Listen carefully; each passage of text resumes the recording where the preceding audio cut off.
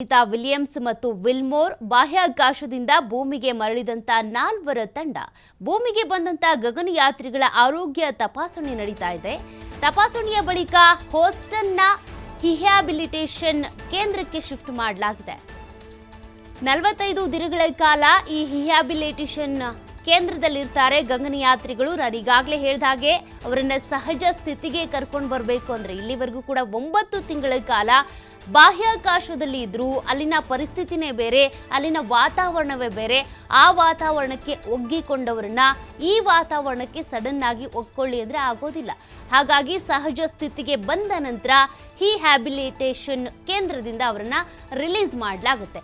ಅಲ್ಲಿವರೆಗೂ ಕೂಡ ಇವರ ಅಂಡರ್ ಅಲ್ಲೇ ಇರ್ತಾರೆ, ಅವರೇ ಅವರನ್ನ ನೋಡ್ಕೊಳ್ತಾರೆ ಹೇಗಿರಬೇಕು ಏನು ಅಂತ. ಸುನೀತಾ ವಿಲಿಯಮ್ಸ್ ಅವರು ಇಳಿದ ತಕ್ಷಣ ಅಭಿಮಾನಿಗಳಿಗೆ ಯಾವ ರೀತಿಯಾಗಿ ಕೈ ತೋರಿಸಿದ್ರು ಆ ದೃಶ್ಯಗಳನ್ನ ನೀವು ಗಮನಿಸ್ತಾ ಇದ್ದೀರಾ. ಮತ್ತೆ ಏನೂ ಆಗಬಾರ್ದು, ಅದರ ವೇಗವನ್ನು ಕಡಿಮೆ ಮಾಡಬೇಕು ಅನ್ನುವಂಥ ಕಾರಣಕ್ಕೆ ಅಲ್ಲಿ 4 ಪ್ಯಾರಾಚೂಟ್ಗಳನ್ನು ಕೂಡ ಅಲ್ಲಿ ರಿಲೀಸ್ ಮಾಡಲಾಯಿತು. ಆ ಪ್ಯಾರಾಚೂಟ್ಗಳ ದೃಶ್ಯಗಳನ್ನು ಕೂಡ ನೀವು ಗಮನಿಸ್ತಾ ಇದ್ದೀರಾ. ಒಂದು ರೀತಿಯಾಗಿ ಐತಿಹಾಸಿಕ ಕ್ಷಣಗಳಿವು. 9 ದಿನಕ್ಕೆ ಅಂತ ಹೋದಂಥವರು ಸ್ಪೇಸ್ನಲ್ಲಿ 9 ತಿಂಗಳ ಕಾಲ ಇರಬೇಕು ಅಂದರೆ ಹೇಗೆ?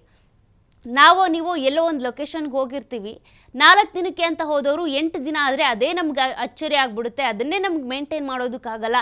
ಹೆಂಗಪ್ಪ ಅನ್ನುವಂಥ ಟೆನ್ಷನ್ ಇರುತ್ತೆ. ಬಟ್ ಭೂಮಿಯಿಂದ ಬಾಹ್ಯಾಕಾಶಕ್ಕೆ ಹೋದಂಥವರು 9 ತಿಂಗಳ ಕಾಲ ಅಲ್ಲೇ ಇರಬೇಕು ಅಂದರೆ, ಅಲ್ಲಿ ಸರ್ವೈವ್ ಆಗಬೇಕು ಅಂದರೆ ಅಷ್ಟು ಸುಲಭದ ಸಂಗತಿ ಅಲ್ಲ. 9 ತಿಂಗಳ ಕಾಲ ಅವರ ಆರೋಗ್ಯದಲ್ಲಿ ಏರುಪೇರಾಗ್ತಾ ಇತ್ತು. ಆ ವಾತಾವರಣದಕ್ಕೆ ಒಗ್ಕೊಳ್ಳೋದಕ್ಕಾಗ್ತಾ ಇರಲಿಲ್ಲ. ಅಲ್ಲಿನ ಪರಿಸ್ಥಿತಿ ಹೇಗೆ ಏನು ಅಂತ ತಿಳ್ಕೊಳ್ಳೋದಕ್ಕೆ ಕಷ್ಟ ಆಗ್ತಾ ಇತ್ತು. 9 ದಿನ ಅಧ್ಯಯನ ಹೋಗಿ, 1 ವಾರದ ಅಧ್ಯಯನ ಹೋಗಿ 9 ತಿಂಗಳ ಕಾಲ ಅಲ್ಲೇ ಇರಬೇಕಾಯಿತು. ಸದ್ಯಕ್ಕೀಗ ವಾಪಸ್ ಆಗಿದ್ದಾರೆ. 9 ತಿಂಗಳ ನಂತರ 4 ಗಗನಯಾತ್ರಿಗಳೇನಿದ್ದಾರೆ ಅವರೆಲ್ಲರೂ ಕೂಡ ಬಂದಿರೋದು. ಅವರನ್ನ ಸದ್ಯಕ್ಕೆ ಈಗ ರಿಹ್ಯಾಬಿಲಿಟೇಷನ್ ಕೇಂದ್ರದಲ್ಲಿ ಇಡಲಾಗುತ್ತೆ.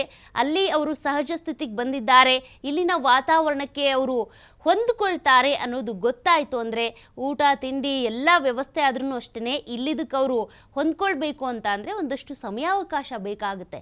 ದಿಢೀರಂತ ಅವರು ನೋಡಿ ಅವರನ್ನು ಕರ್ಕೊಂಡು ಹೋಗ್ತಾ ಇರುವಂಥ ದೃಶ್ಯಗಳನ್ನ ಅವರೇ ಎದ್ದು ತಕ್ಷಣಕ್ಕೆ ಹೋಗೋದಕ್ಕಾಗಲ್ಲ, ಅವ್ರು ನಡೆಯೋದಕ್ಕಾಗಲ್ಲ. ಅಲ್ಲಿ ಇನ್ನೊಬ್ಬರ ಸಹಾಯ ಬೇಕಾಗುತ್ತೆ. ಅಲ್ಲಿ ಯಾವುದೇ ರೀತಿಯ ಗುರುತ್ವಾಕರ್ಷಣ ಬಲ ಇರೋದಿಲ್ಲ. ಅಲ್ಲಿಗೂ ಇಲ್ಲಿಗೂ ಎಷ್ಟು ವ್ಯತ್ಯಾಸ. ಇಲ್ಲಿ ಭೂಮಿ ಅಂತ ಬಂದರೆ ಗುರುತ್ವಾಕರ್ಷಣ ಬಲ ಇರುತ್ತೆ.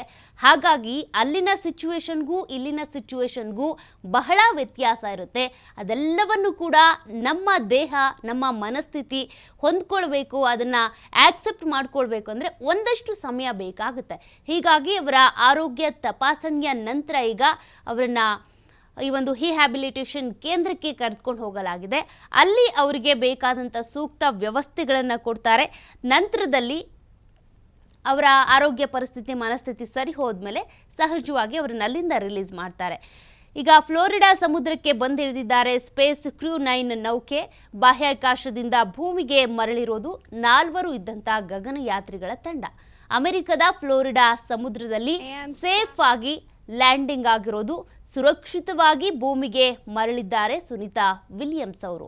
ಬಾಹ್ಯಾಕಾಶದಿಂದ ಭೂಮಿಗೆ ಬಂದಿಳಿದಂಥ ಸುನೀತಾ ವಿಲಿಯಮ್ಸ್ ಅವರು ಅಲ್ಲಿ ಇದ್ದಂಥವ್ರಿಗೆ ಕೈ ತೋರಿಸಿದ್ದನ್ನು ನೀವು ಗಮನಿಸ್ತಿದ್ದೀರಾ. 286 ದಿನಗಳ ಬಳಿಕ ಭೂಮಿಗೆ ಆಗಮಿಸಿದಂಥ ಖುಷಿ, ಸಂಭ್ರಮ ಅದು. ಬಾಹ್ಯಾಕಾಶದಿಂದ ಭೂಮಿಗೆ 17 ಗಂಟೆಗಳ ಪ್ರಯಾಣ ಇತ್ತು. ಸ್ಪೇಸ್ ಎಕ್ಸ್ ಕ್ರೂ ಡ್ರ್ಯಾಗನ್ನಲ್ಲಿ ಆ ನೌಕೆಯಲ್ಲಿ ಬಂದಿಳಿದಿರೋದು. ಅಲ್ಲಿಂದ ಅವರನ್ನು ಯಾವ ರೀತಿಯಾಗಿ ರಿಸೀವ್ ಮಾಡಿಕೊಂಡ್ರು ಅದೆಲ್ಲದನ್ನು ಕೂಡ ನೀವು ಗಮನಿಸ್ತಾ ಇದ್ರಿ.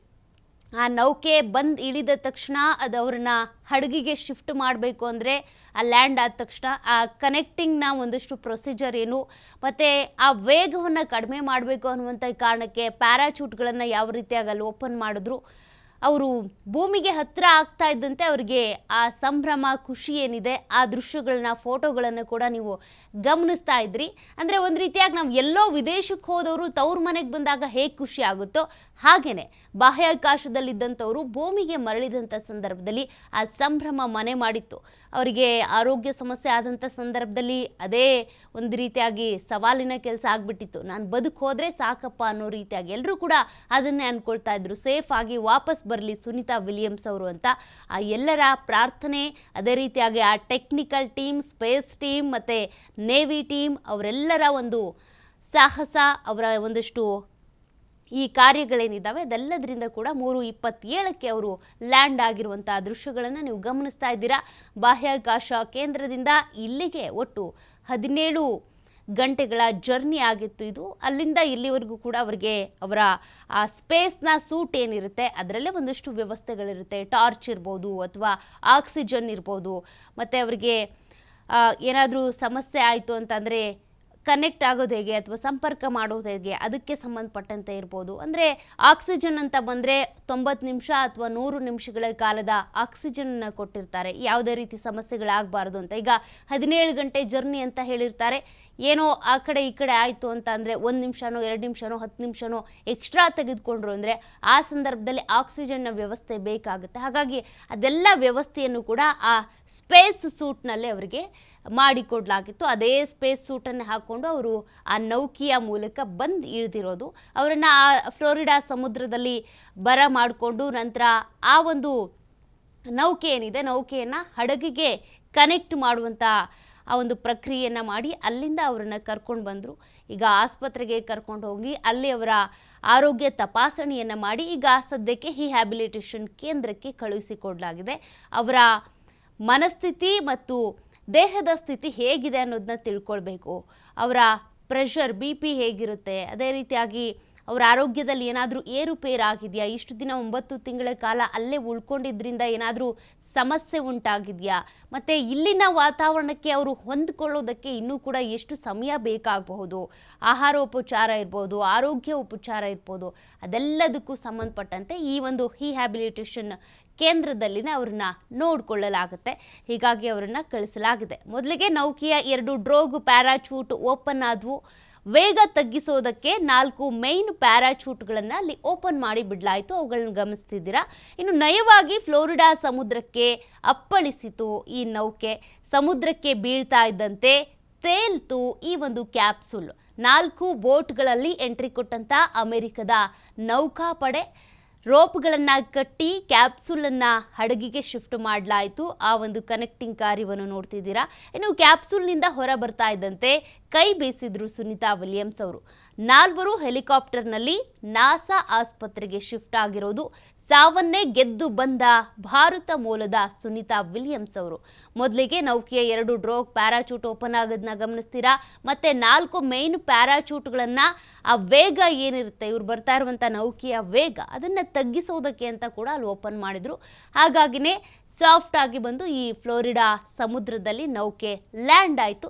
ಸುರಕ್ಷಿತವಾಗಿ 4 ಜನ ಗಗನಯಾತ್ರಿಗಳು ಕೂಡ ಭೂಮಿ ತಲುಪಿದ್ದಾರೆ.